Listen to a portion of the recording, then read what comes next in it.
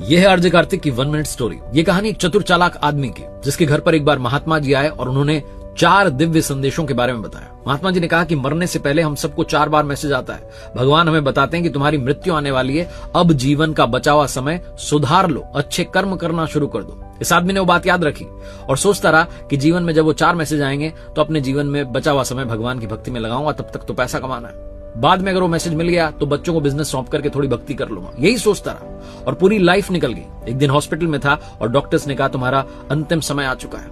इसने अपने बेटों से कहा कि जाओ बाबा जी को बुला के लाओ। उन महात्मा जी को बुलाया गया। इसने उन बाबा जी से कहा कि आपने झूठी बातें की थी, आप तो कह रहे थे कि 4 बार संदेश आएगा, मुझे तो एक भी बार संदेश नहीं मिला। बाबा जी जोर जोर से हंसे और बोले, बेटा 4 बार संदेश आया था, तुमने सारे संदेशों को नजरअंदाज कर दिया।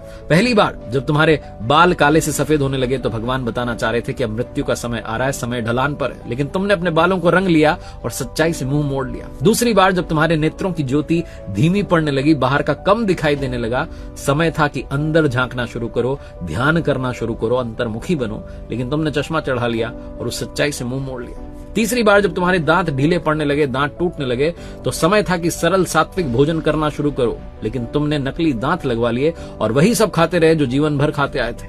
और चौथी बात, जब बीमारी आने लगी तो भगवान बता रहे थे कि मरने का समय आ रहा है, लेकिन तुम दवाइयां लेते रहे और उस सच्चाई से भी मुंह मोड़ लिया। तुमने ये नहीं सोचा कि अब समय नजदीक आ रहा है, अब भी जीवन सुधारा जा सकता है। 4 संदेशों को नजरअंदाज कर लिया और अब अंतिम समय आ चुका है। बहुत छोटी सी कहानी जो है बताती है कि 4 संदेश हमारे पास भी आएंगे या आने वाले हैं। बचा हुआ समय जिंदगी को सुधारने में लगाइए।